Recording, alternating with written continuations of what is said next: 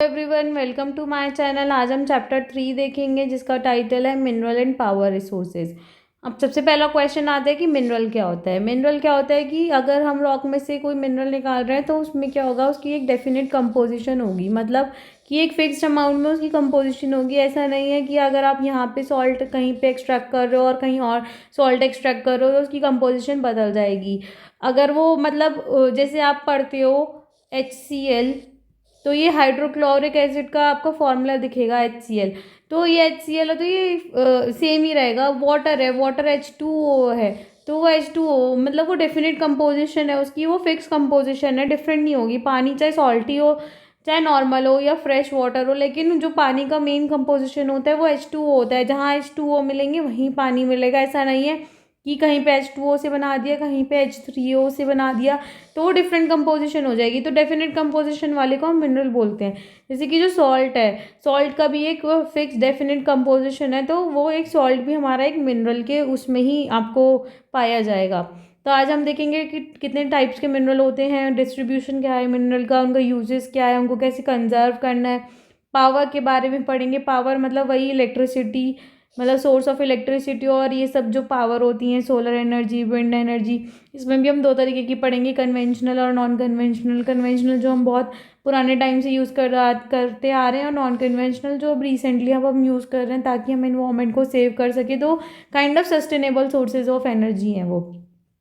तो सबसे पहले हमने ये देखा कि मिनरल क्या होता है, जिनका डेफिनेट केमिकल कंपोजिशन होता है।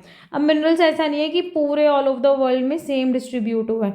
कहीं पे बहुत ज़्यादा मिलेंगे, कहीं पे बहुत कम मिलेंगे। अब जैसे हमने पढ़ा था, जो गोल्ड है वो साउथ अफ्रीका में बहुत अच्छी क्वांटिटी में मिलता है। तो ये ऐसा तो नहीं है कि इंडिया में भी बहुत अच्छी क्वांटिटी में मिलेगा जैसे साउथ अफ्रीका में मिल रहा है। तो वो डिफरेंट डिफरेंट प्लेसेस पे different type of minerals distributed है, और ऐसा नहीं है कि सेम कंसंट्रेशन में है, कहीं पे बहुत ज़्यादा है, कहीं पे बहुत कम है। तो जो कुछ मिनरल्स हैं वो आपको आसानी से मिल जाएंगे, जो वो ओपन एरियाज़ में आपको मतलब आप आसानी से एक्सट्रैक्ट कर सकते हो ओपन कास्ट माइनिंग से। कुछ मिनरल्स को आपको बहुत ज़्यादा खोद कर और ऐसे मेहनत करके निकालना पड़ता है, जैसे कि आपको आर्कटिक ओशन बेड से निकालना पड़ेगा या एंटार्क्टिका।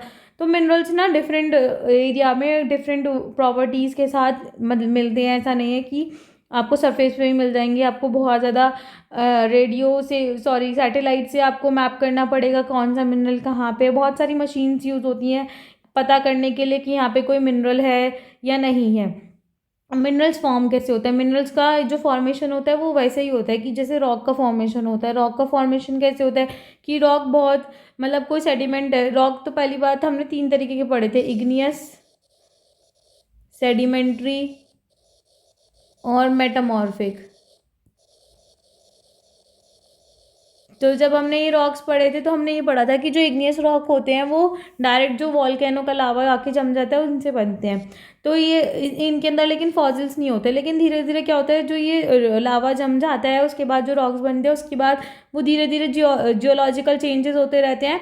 तो उनके अंदर फिर धीरे धीरे अपने आप ही मिनरल्स डेवलप होने लगते हैं। तो ये ऐसा नहीं है कि ये एक मतलब एक दिन की बात होती है, थाउजेंड्स ऑफ ईयर भी लग जाते हैं, कोई हंड्रेड्स ऑफ ईयर्स में ही बन जाता है। तो ऐसा नहीं है कि ये एक दिन का प्रोसेस है, लेकिन ये नेचुरल प्रोसेस से ही बनता है। ऐसा नहीं है कि ह्यूमन ने कोई इंटरफेरेंस किया तब बने, तो ये नेचुरल प्रोसेस से ही बनते हैं। अब जो मिनरल्स है वो अपनी फिजिकल प्रॉपर्टीज़ पे भी बहुत ज़्यादा डिफरेंट करते हैं। कोई किसी कलर का होता है, कोई किसी, जैसे सॉल्ट हो गया वो आपको वाइट देखने को मिलेगा। लेकिन जो ग्रेफाइट होता है, ग्रेफाइट मतलब जो हमारी पेंसिल की जो लीड होती है उसको ग्रेफाइट बोलते हैं, वो आपको ब्लैक या ग्रे कलर की देखने की मिलेगी। तो डिफरेंट मिनरल्स के डिफरेंट कलर मिलेगी, डिफरेंट डेंसिटी मिलेगी, हार्डनेस भी डिफरेंट डिफरेंट होती है, केमिकल प्रॉपर्टी जैसे सॉल्युबिलिटी भी डिफरेंट मिलेगी, कि मतलब कोई सॉल्युबल होगा मिनरल, कोई नहीं होगा। जैसे सॉल्ट सॉल्युबल है लेकिन ग्रेफाइट सॉल्युबल नहीं है। अब डिफरेंट टाइप्स ऑफ मिनरल्स, तो मेनली 2 तरीके के मिनरल होते हैं, मेटेलिक मिनरल और नॉन मेटेलिक मिनरल। लेकिन वैसे तो बहुत सारे 3000 डिफरेंट मिनरल्स हैं, लेकिन हम कंपोजिशन के बेसिस पे इनको मेटालिक और नॉन मेटालिक बोलते हैं। मेटालिक मिनरल्स क्या होते हैं, जिनके अंदर मेटल होता है इन द रॉ फॉर्म। मतलब जैसे गोल्ड है, गोल्ड एक मेटल है, सिल्वर है, सिल्वर एक मेटल है। लेकिन जो नॉन मेटेलिक हो गए वो हो गए जैसे लाइमस्टोन। लाइमस्टोन मतलब ये ना पाउडर फॉर्म में होते हैं, इनके अंदर ना मिनरल नहीं होते, वो मेटल नहीं होते।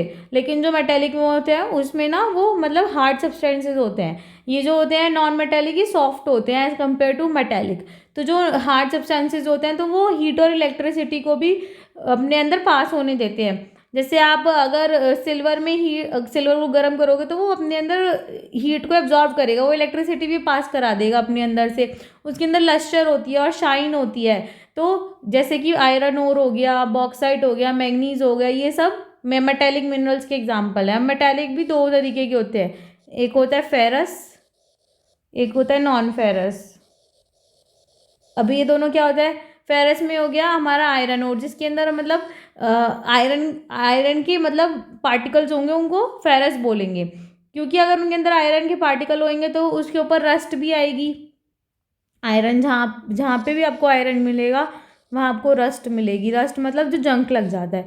तो जब वो जहाँ जो फेरस मिनरल्स होते हैं उसमें आपको मिल गया आयरन ओर हो गया, मैंगनीज हो गए, क्रोमाइट्स हो गए। जो नॉन फेरस होते हैं उसके अंदर आयरन नहीं होता है। तो जो जैसे गोल्ड हो गया, कॉपर हो गया, सिल्वर हो गया, ये सब नॉन फेरस मेटेलिक मिनरल्स हो गए। अब नॉन मेटेलिक मिनरल्स वो होते हैं जिनके अंदर मेटल नहीं होता, जैसे कि लाइमस्टोन, माइका, जिप्सम। जो जो कि कोल और पेट्रोलियम है उनके अंदर भी आयरन नहीं होता, तो वो भी नॉन मेटेलिक मिनरल में ही आते हैं, ऐसा नहीं है कि उसमें नहीं आएंगे। अब नेक्स्ट हम देखेंगे कि टाइप्स ऑफ मिनरल्स हो गए मेटेलिक, नॉन मेटेलिक, इसमें फेरस, नॉन फेरस हमने पढ़ लिया।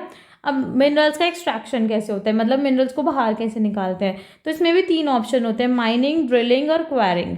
माइनिंग में क्या होता है, एक होता है ओपन कास्ट माइनिंग, जब मतलब ज़्यादा डीप खोदना नहीं पड़ता, ऊपर ही ऊपर सरफेस पे आपको मिनरल्स मिल जाते हैं, तो उसको हम ओपन कास्ट माइनिंग बोल देते हैं। शाफ्ट माइनिंग में क्या होता है, जब हमें डीप गड्ढे वड्ढे बनाने पड़ते हैं, पूरी मतलब गुफा टाइप बनानी होती है, तो वो मिनरल निकालने के लिए हम शाफ्ट माइनिंग करते हैं। ड्रिलिंग हम मोस्टली ऑयल वगैरह के लिए करते हैं कि हमें एक गड्ढा खोदना है, वेल टाइप खोदनी है जिसमें से हमें पेट्रोलियम वगैरह निकालना है, तो उसके लिए हम ड्रिलिंग करते हैं। क्वायरिंग क्या हो गया, ये भी होता है कि मतलब जब ज़्यादा हमें खोदने की ज़रूरत ना हो तो उसमें हम क्वायरिंग करते हैं। जब मिनरल सरफेस के पास ही हो तो उसको हम मतलब थोड़ा सा ही खोदते हैं और उसको डग आउट कर लेते हैं, उसको क्वायरिंग बोलते हैं। ये सब यहाँ पे लिखा हुआ है कि जब कम डेप्थ पे खोलना है तो उसको हम ओपन कास्ट माइनिंग करें, जब डीप बोर करना है तो उसको हम शाफ्ट माइनिंग बोल देते हैं।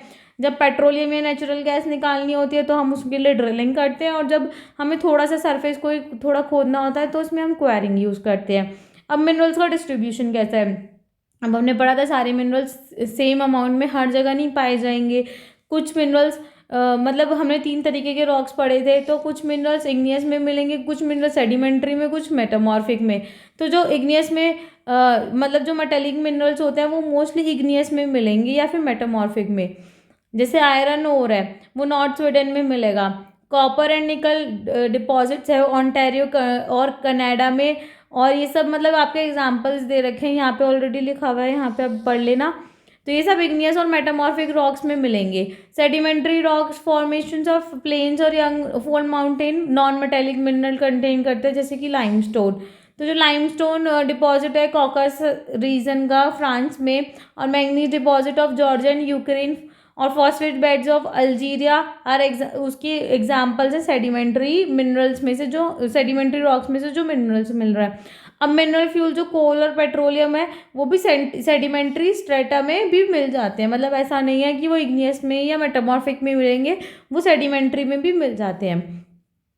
अब एशिया में देख लेते हैं। एशिया में जो चाइना और इंडिया है वहाँ पर सबसे ज़्यादा लार्ज आयरन डिपॉजिट्स है, और जो ये कॉन्टिनेंट है वो more than half of the world का टिन बनाता है। टिन जो बनता है वो हमारा आयरन को मिलाकर ही बनता है। टिन और आयरन और स्टील को मिला के टिन बनता है। तो कॉन्टिनेंट प्रोड्यूस करता है मतलब वर्ल्ड का more than half of the world tin. China, Malaysia, Indonesia बहुत लीडिंग प्रोड्यूसर्स हैं टिन के। चाइना लीड में भी बहुत अच्छा प्रोड्यूस करता है, और टंगस्टन भी बहुत अच्छा प्रोड्यूस करता है। एशिया में मैंगनीज भी बहुत ज़्यादा मिलता है, निकल, जिंक, कॉपर, ये सब बहुत अच्छी अमाउंट में मिलता है। ये आपको डिस्ट्रीब्यूशन दे रखा है आयरन, कॉपर और बॉक्साइट।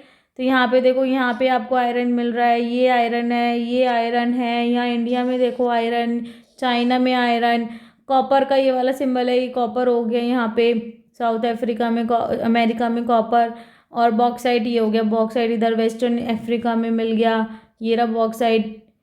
ये बॉक्साइट है, ये बॉक्साइट है, ये बॉक्साइट है, तो ये सब आप देख लेना। अब है यूरोप। यूरोप भी लीडिंग प्रोड्यूसर है आयरन ओर का। Large deposits of iron ore जो मिलेंगी वो आपको मिलेंगी रशिया में, यूक्रेन में, स्वीडन में, फ्रांस में। कॉपर, लीड, जिंक, मैंगनीज, निकल भी मिलेगी आपको ईस्टर्न यूरोप में और यूरोप है रशिया में। ये सब मतलब रट्टा फाई वाली चीज़ें होती हैं ऐसे। मिनरल डिपॉजिट्स नॉर्थ अमेरिका की जो है वो 3 जोन में डिवाइडेड है। एक है कैनेडियन रीजन, एक है अपालाचिन रीजन और एक mountain ranges of the west. अब iron ore, nickel, gold, uranium, copper तो ये कैनेडियन रीजन में मिलेगी। कोल मिलेगा आपको एपेलाचिन में और वेस्टर्न कॉर्डिलेराज में, मतलब जो माउंटेन रेंजेस है उसको वेस्टर्न कॉर्डिलेराज भी बोलते हैं। वहाँ पे आपको कॉपर, लीड, जिंक, गोल्ड और सिल्वर देखने को मिलता है। नेक्स्ट ये हो गया आपका कोल और मिनरल ऑयल कहाँ कहाँ मिल रहा है। तो ये कोल कोल कोल कोल ये सब जो बोट टाइप बन रहा है ये आपका कोल का है। मिनरल ऑयल में ये जो ड्रॉप बन रही है ये ऑल ओवर द वर्ल्ड आप देखो कहीं पे बहुत ज़्यादा है, कहीं पे नहीं है। जैसे ये बिल्कुल खाली है, ये बिल्कुल खाली है, ये ऑलमोस्ट खाली है, बस यहाँ पे है। तो ऐसा इवन डिस्ट्रीब्यूशन नहीं होता है, सारे मिनरल्स डिफरेंट डिस्ट्रीब्यूशन होता है। अब साउथ अमेरिका में जो ब्राज़ील है वहाँ पे हाई ग्रेड आयरन ओर मिलता है वर्ल्ड में, मतलब वो लार्जेस्ट प्रोड्यूसर है हाई ग्रेड आयरन ओर का।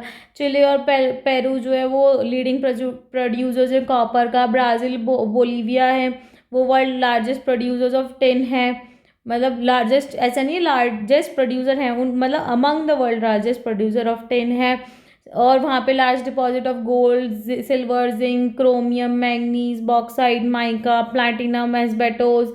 ये आपको मतलब जो आप छत पे देखोगे वो पड़ी रहती है शील्ड टाइप, उसको उसको बनाने के लिए एस्बेटोस यू काम में आता है। डायमंड और मतलब जैसे जो छत पे आपने देखोगे ना ग्रीन कलर की शीट टाइप पड़ी रहती है कवरेज के लिए, कि मतलब शेड टाइप जो होता है उसको उसमें उसको बनाने के लिए एस्बेटोस यूज़ आता है। मिनरल ऑयल भी मिलता है आपको वेनेजुएला में, अर्जेंटीना में, चिले में, पेरू में, कोलंबिया में। Next is Africa. अफ्रीका में बहुत ज़्यादा मिनरल रिसोर्सेज है। World largest producer of diamonds है, गोल्ड है, प्लैटिनम है। गोल्ड का तो जोहानिसबर्ग जो है वो है world capital, gold capital of the world, gold capital of the world. तो ये साउथ अफ्रीका में, जिम्बाब्वे में, ज़ेयर में बहुत ज़्यादा वर्ल्ड का गोल्ड मिलता है। जब गोल्ड कैपिटल तो मिलेगा ही obviously. Copper, iron ore, chromium, uranium, cobalt, bauxite, uranium जिससे हम न्यूक्लियर पावर में यूज़ करते हैं, कोबाल्ट, बॉक्साइट ये सब मिलता है यहाँ पे। ऑयल भी मिलेगा आपको नाइजीरिया, लीबिया, अंगोला में। तो ये सब अफ्रीका में मिलेगा। ऑस्ट्रेलिया में एक चीज़ और है, ऑस्ट्रेलिया में ना ओल्डेस्ट रॉक्स मिलेंगे आपको अराउंड 4300 मिलियन ईयर्स अगो के रॉक्स भी मिलेंगे यहाँ पे। मतलब हमारी जो अर्थ बनी थी वो इससे 300 मिलियन ईयर पहले ही बनी थी। उसके बाद 43 मिलियन ईयर अगो हमें यहाँ पे सबसे पहला ओल्डेस्ट रॉक मिलता है यहाँ पे। एक चीज़ और होती है कि अगर रॉक का कलर बाहर से ब्लू दिख रहा है आपको तो उसका मतलब है उसके अंदर कॉपर है। तो ये आप खुद भी आइडेंटिफाई कर सकते हो। कभी कभी अगर आप कहीं घूमने जा रहे हो और आपको रॉक का कलर ब्लू मिल रहा है तो उसके अंदर मतलब कॉपर है, इसलिए रॉक का कलर ब्लू मिल रहा है आपको। यहाँ पे bauxite largest producer of bauxite है, leading producer of gold, diamond, iron ore, tin and nickel है। कॉपर में भी रिच है, लीड में भी, जिंक, मैंगनीज, कालगोडली और कूलगार्डी एरियाज जो हैं वेस्टर्न ऑस्ट्रेलिया में, वहाँ पे लार्जेस्ट डिपॉजिट मिलेगा गोल्ड का। अब एंटार्क्टिका है, एंटार्क्टिका में बहुत सारे मिनरल डिपॉजिट्स मिलते हैं। तो सबसे ज़्यादा जो सिग्निफिकेंट साइज ऑफ कोल है वो आपको मिलेगा एंटार्क्टिक माउंटेन्स में, और आयरन जो मिलेगा आपको प्रिंस चार्ल्स माउंटेन में। और iron ore, gold, silver, oil ये सब भी कमर्शियल क्वांटिटीज़ में यहाँ पे अवेलेबल है, लेकिन वहाँ पे मतलब परमिशन नहीं है कि आप वहाँ पे जाके एक्सप्लॉइट कर सको, एक्सट्रैक्ट कर सको, जब तक आपकी मतलब ऐसे पूरा मतलब वो एक कॉमन प्रॉपर्टी है, मतलब आप खुद से वहाँ जाकर अपना हक नहीं जमा सकते। जैसे आप अपने इंडिया की गवर्नमेंट वहाँ जाके खुद से एक्सट्रैक्ट नहीं कर सकती, बस वहाँ पे रिसर्च कर सकती है। अब मिनरल्स का क्या यूज़ होता है? मिनरल्स बहुत सारी चीज़ें, सबसे पहले तो हम एज अ जेम यूज़ करते हैं। गोल्ड और डायमंड और सिल्वर इतना ज़्यादा ज्वेलरी वगैरह में यूज़ होता है। फिर कॉपर को आप कॉइन्स बना सकते हो, पाइप्स बना सकते हो, यूटेंसिल्स में भी यूज़ होता है कॉपर। तो सिलिकॉन आजकल बहुत सारी चीज़ों में यूज़ होने लगा है। सिलिकॉन तो बहुत ज़्यादा मतलब टेक्नोलॉजी में सबसे ज़्यादा यूज़ होने लगा है सिलिकॉन। कुछ भी टेक्नोलॉजिकल डेवलपमेंट चाहिए तो उसमें सिलिकॉन का यूज़ होने लगा है। कंप्यूटर इंडस्ट्री में यूज़ होता है। एल्यूमिनियम आपको ऑटोमोबाइल्स में यूज़ होने को दिख जाएगा, एयरप्लेन्स में, बिल्डिंग्स में, किचन कुकवेयर में बहुत ज़्यादा देखने को मिलेगा। एल्यूमिनियम फॉयल देखने को मिलेगा। अब जो मिनरल्स हैं वो नॉन रिन्यूएबल कैटेगरी में आते हैं, तो बहुत ज़्यादा साल लग जाते हैं उनको फॉर्म करने में, उनको कंसनट्रेट करने में। तो जो उनका जो रेट ऑफ फॉर्मेशन है वो बहुत कम है as compared to the rate of consumption, कि मतलब लोग बहुत ज़्यादा कंज्यूम करने लगे हैं। उसका रीज़न क्या है? एक तो पॉपुलेशन इतनी बढ़ गई है, दूसरा हमारी डिमांड्स इतनी बढ़ गई है। आजकल के लोगों की नीड्स जो है ना अनलिमिटेड हो गई हैं। किसी के पास एक चीज़ है तो उसको लगता है कि मैं 2 चीज़ें और ख़रीद लूँ, वो अपनी चीज़ों में सेटिस्फाई नहीं होता। तो इतना ज़्यादा कंज्यूमरिज़्म बढ़ गया है कि लोगों को लगता है कि हम ये भी खरीद लें, वो भी खरीद लें। तो लोगों की डिमांड बहुत ज़्यादा बढ़ गई है, जिसकी वजह से हम बहुत ज़्यादा चीज़ों को वेस्ट करने लगे हैं। हम बहुत ज़्यादा माइनिंग करने लगे हैं। तो अब उसका क्या मतलब सॉल्यूशन है? सॉल्यूशन यही है कि हम उसको रिसाइकल करें, हम रिड्यूस करें, पहले तो अपना कंजम्पशन रिड्यूस करें, हम चीज़ों को रीयूज़ करें, फिर हम रिसाइकल करें। कि मतलब ये ही एक बेस्ट ऑप्शन है। हमें मिनरल्स को अगर कंजर्व करना है, रिड्यूस, रीयूज़ एंड रिसाइकल। अगर हम इसको नहीं करेंगे तो धीरे धीरे सारा चीज़ों की माइनिंग हो जाएगी, हमारे जो मिनरल्स हैं वो एग्जॉस्ट हो जाएंगे, फिर हमें पता नहीं कितने हज़ार साल रुकना पड़ेगा उन मिनरल्स को दोबारा बनाने के लिए। तो अगर हम सस्टेनेबली यूज़ करें तो हम उसको कंजर्व कर सकते हैं। Next is power resources. अब पावर दो तरीके की होती है, एक होती है कन्वेंशनल और एक होती है नॉन कन्वेंशनल। कन्वेंशनल का नाम से ही पता है कि वो हम जो बहुत टाइम से यूज़ कर रहे हैं, मतलब बहुत पुराने ज़माने से यूज़ कर रहे हैं, जिसमें कि जो दो मेन है वो फायरवुड और फॉसिल फ्यूल्स देखने को मिलेगी। नॉन कन्वेंशनल जो होते हैं वो सस्टेनेबल या फिर रिन्यूएबल सोर्सेज ऑफ एनर्जी होते हैं, जैसे कि सोलर एनर्जी हो गई, टाइडल एनर्जी हो गई, विंड एनर्जी हो गई। ये कभी ख़त्म नहीं होगी, इसलिए इनको नॉन कन्वेंशनल बोलते हैं। अब कन्वेंशनल में हम 5 तरीके की पढ़ेंगे: firewood, coal, petroleum, natural gas, hydel power. सबसे पहले स्टार्ट करते हैं फायरवुड। फायरवुड क्या होता है? फायरवुड वही होता है जो मतलब हमारा जो वुड होता है नॉर्मल, जो हम फॉरेस्ट से निकाल के लाते हैं, उसको हम कुकिंग और हीटिंग में यूज़ करते हैं, उसको हम फायरवुड बोलते हैं। तो हमारे इंडिया में, हमारी कंट्री में 50% ऑफ द एनर्जी जो होती है विलेजर्स जो यूज़ करते हैं वो फायरवुड से ही यूज़ करते हैं। अब ठंडी पड़ने लगी है तो लोग अंगीठी जलाते हैं, या तो उसमें कोल जलाते हैं या फिर फायरवुड जलाते हैं। तो फायरवुड हमारा बहुत ज़्यादा यूज़ में आने लगा है, लेकिन ये बहुत ज़्यादा मतलब गैसेस रिलीज़ करता है, जिसकी वजह से बहुत ज़्यादा पॉल्यूशन होता है। मतलब इससे बहुत ज़्यादा आपको कफ देखने को मिलेगा, रेस्पिरेशन प्रॉब्लम्स देखने को मिलेंगी। तो इसलिए और साथ ही साथ ये ना हमारा नॉन रिन्यूएबल रिसोर्स है। मतलब बहुत टाइम लगता है आपको ट्री ग्रो करने में और ये सब करने में भी। तो मतलब सॉइल बनने में इतना टाइम लगता है, तो फिर हमारा ट्री वगैरह उगने में भी बहुत टाइम लगता है। तो इसकी वजह से जो फॉसिल फ्यूल्स होते हैं उस वो भी एक सोर्स ऑफ कन्वेंशनल एनर्जी है, जैसे कि कोल, पेट्रोलियम, नेचुरल गैस। तो ये जो रिजर्व्स हैं ये बहुत लिमिटेड है। तो जिस हिसाब से पॉपुलेशन बढ़ रही है, इनका जो रेट ऑफ फॉर्मेशन बहुत कम है, तो ये भी बहुत जल्दी एग्जॉस्ट होने वाले हैं। तो हमें बहुत ध्यान से यूज़ करना चाहिए। अब फायरवुड हमें देखना है, हमें एडवांटेज क्या है? हमें इजीली मिल जाता है, हमें एनर्जी दे देता है बहुत सारे लोगों को एक बारी में। लेकिन डिसएडवांटेज क्या है? कलेक्शन जो है वो टाइम कंज्यूमिंग है, ये बहुत ज़्यादा पॉल्यूटिंग है, ग्रीन हाउस इफेक्ट में कंट्रीब्यूट करता है और डिफॉरेस्टेशन तो करना ही पड़ेगा। नेक्स्ट इज कोल। कोल का क्या एडवांटेज है? ये बहुत ज़्यादा एक्सटेंसिवली अवेलेबल है और एफिशिएंट कन्वर्जन टू इलेक्ट्रिसिटी कराता है। पॉल्यूटिंग है लेकिन और बल्कि है बहुत ज़्यादा, कि हम एक जगह से दूसरी जगह ले जाएं तो बहुत ज़्यादा बल्कि है।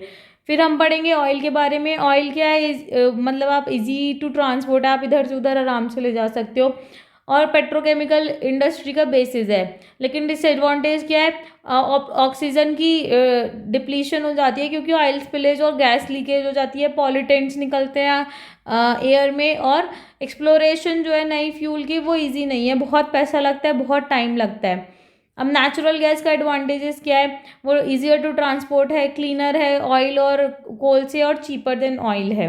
हाइडल पावर नॉन पॉल्यूटिंग है, इरिगेशन और फिशिंग को प्रमोट करता है, चीप है, लेकिन लोकल कम्युनिटी को डिस्प्लेस कर देता है और एक्सपेंसिव है, मतलब उसका सेटअप लगाना ना बहुत ज़्यादा एक्सपेंसिव है।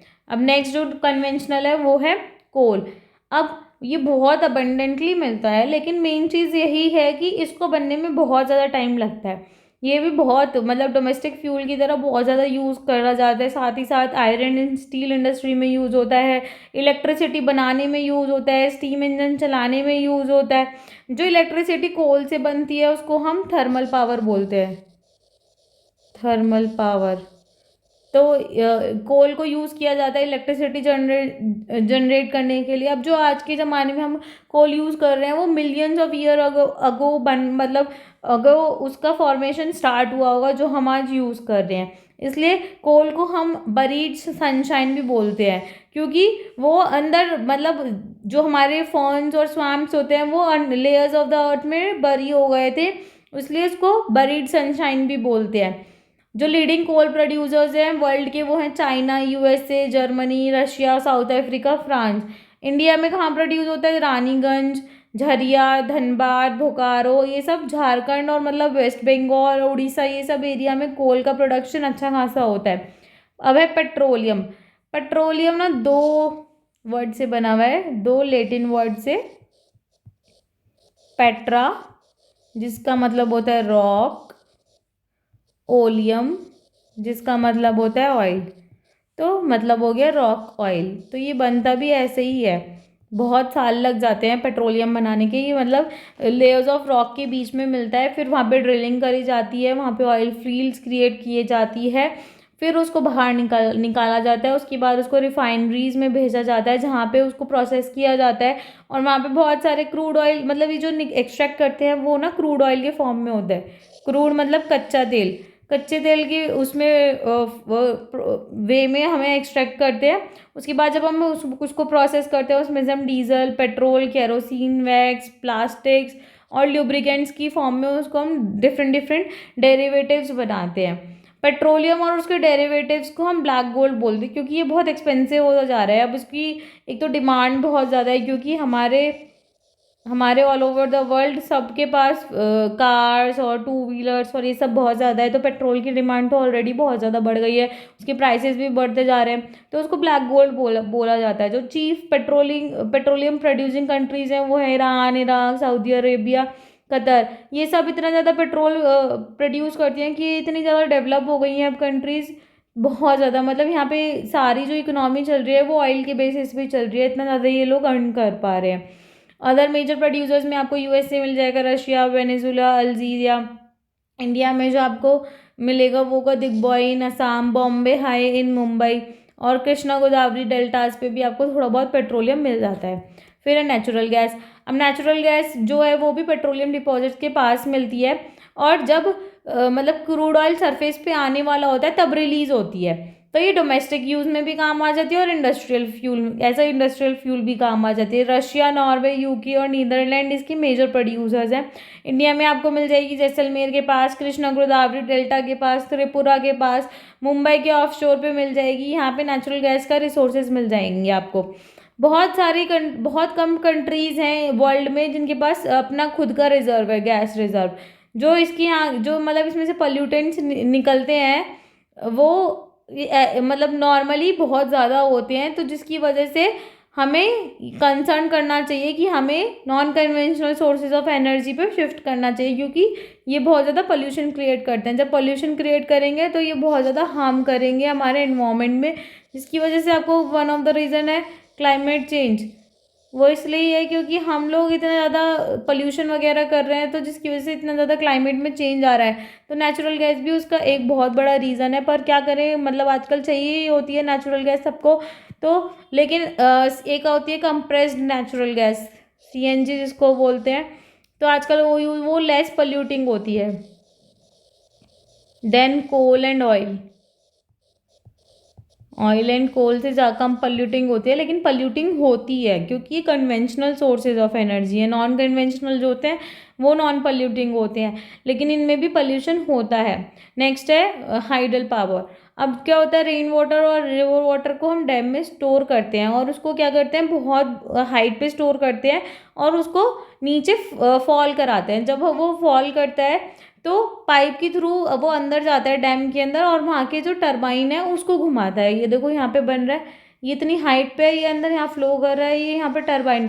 जब ये टरबाइन को घुमाता है तो जो मूविंग जो ब्लेड्स होते हैं वो जनरेटर को ऑन कर देते हैं और जनरेटर जब ऑन हो जाता है तो यहाँ से इलेक्ट्रिसिटी सप्लाई होने लगती है। तो इलेक्ट्रिसिटी, इसको हम बोलेंगे हाइड्रो इलेक्ट्रिसिटी, क्योंकि हम ये पानी के थ्रू बना रहे हैं तो ये हाइड्रो इलेक्ट्रिसिटी बोली जाती है और ये भी कन्वेंशनल सोर्स ऑफ एनर्जी में ही आता है। तो जो वाटर इसका डिस्चार्ज हो जाता है वो हम इरिगेशन में काम ले लेते हैं और बाकी इलेक्ट्रिसिटी यूज हो जाती है।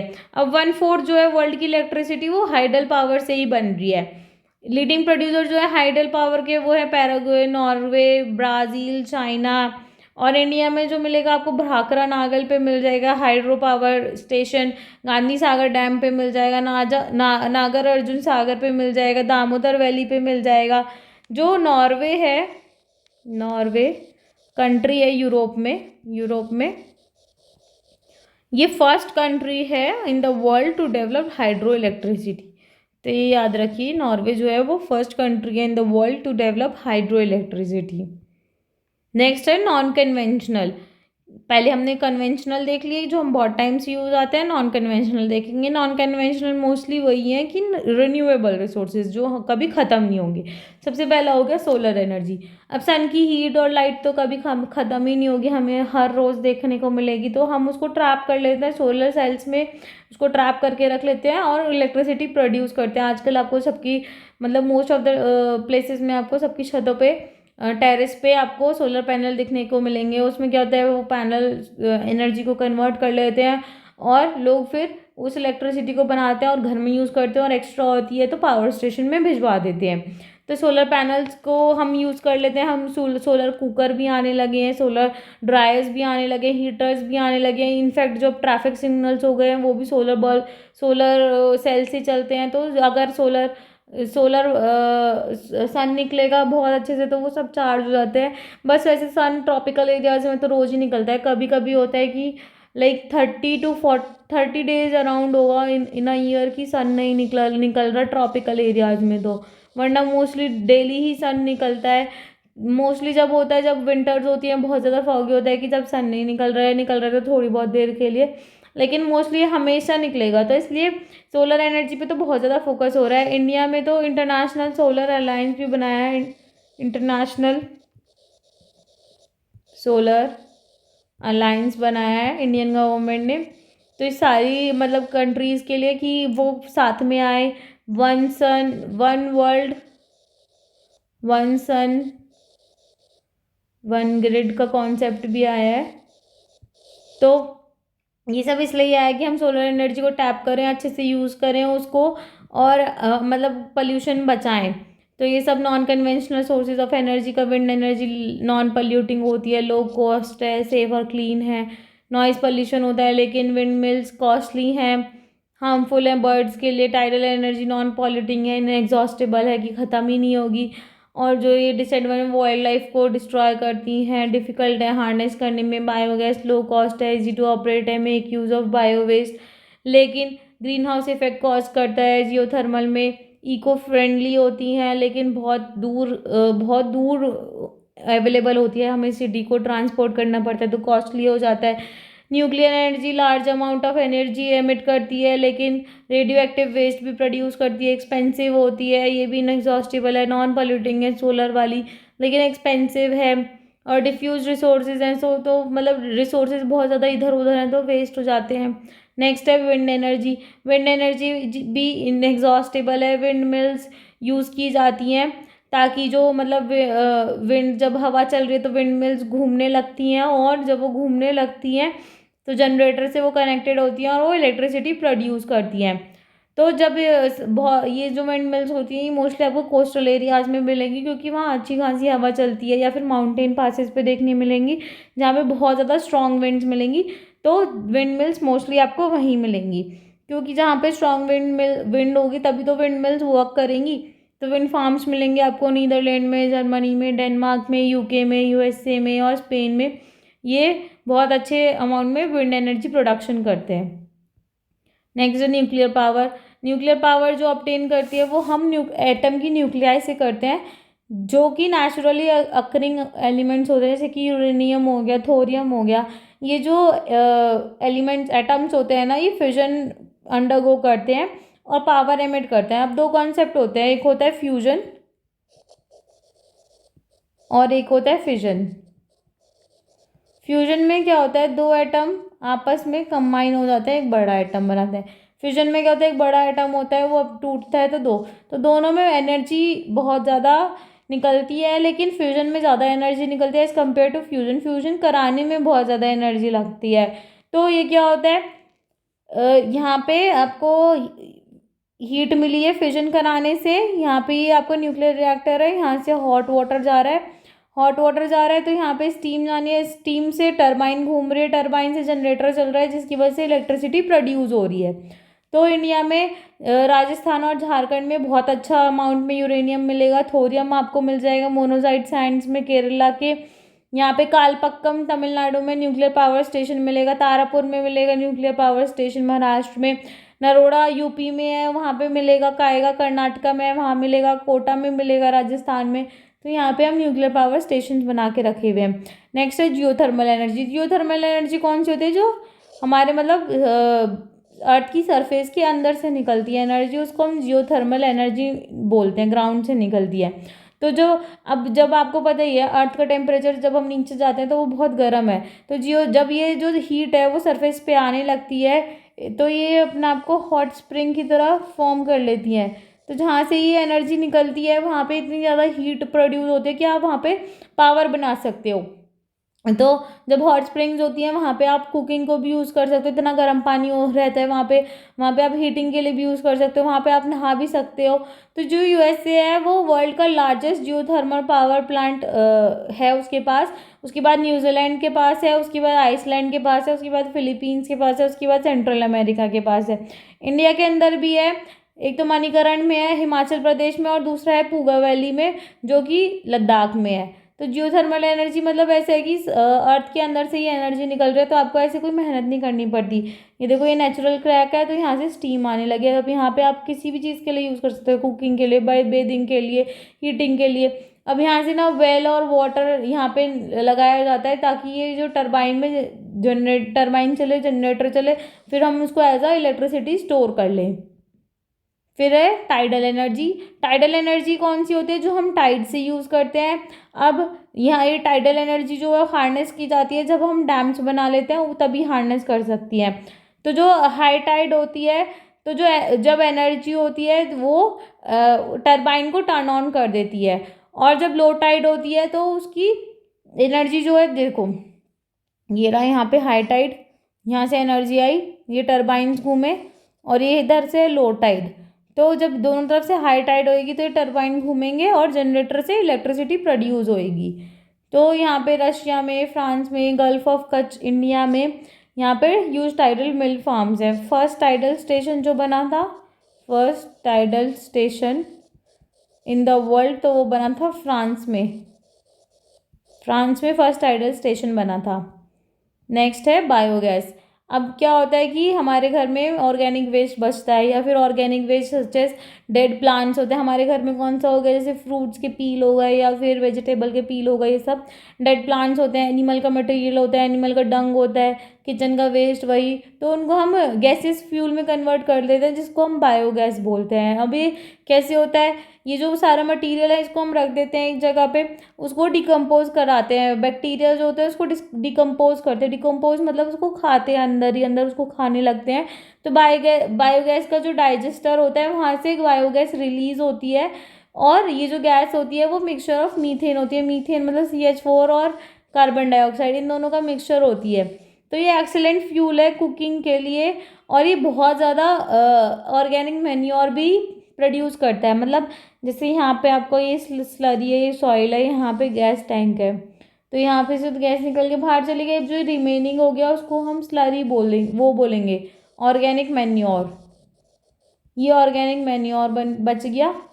तो ये और गैस इसकी निकल गई, ये गैस आप अपने मतलब कुकिंग वगैरह के लिए यूज़ कर सकते हो और यहाँ से ऑर्गेनिक मैन्योर बन गया। तो मतलब एक तीर से दो निशाने हो गए, दो चीज़ें बन गई। तो ये जो एनर्जी है ये काफ़ी अच्छी रहती है कुकिंग वगैरह के लिए।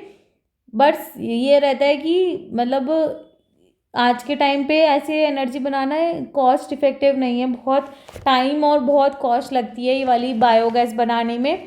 अब क्या है कि एनर्जी तो हर जगह है लेकिन उसका हार्नेस करने का वे बहुत कॉस्टली और डिफ़िकल्ट होता जा रहा है, जिसकी वजह से हम लोग कन्वेंशनल रिसोर्सेज पे अभी भी टिके हुए हैं। अगर हमारी जो नॉन कन्वेंशनल एनर्जी है वो थोड़ा जल्दी हो जाए तो हम लोग इतना ज़्यादा नहीं उस पर कन्वेंशनल पे टिकेंगे। हमें नॉन कन्वेंशनल को अब सस्ता बनाना है, हमें उसको आराम से एक्सट्रैक्ट करना है ताकि नॉर्मल लोग भी उसको एक्सट्रैक्ट कर सकें और उसको यूज़ कर सकें। तो मेन चीज़ यही है कि कन्वेंशनल को हमें मतलब छोड़ना पड़ेगा, नॉन कन्वेंशनल को सस्ता बनाने पड़ेगा। अब सस्ता तभी होगा जब हम उसको रेगुलर यूज़ करेंगे, बल्क में ऑर्डर्स बनाएंगे, क्योंकि जो बल्क में ऑर्डर्स होते हैं वो हमें कम एक्सपेंसिव पड़ते हैं।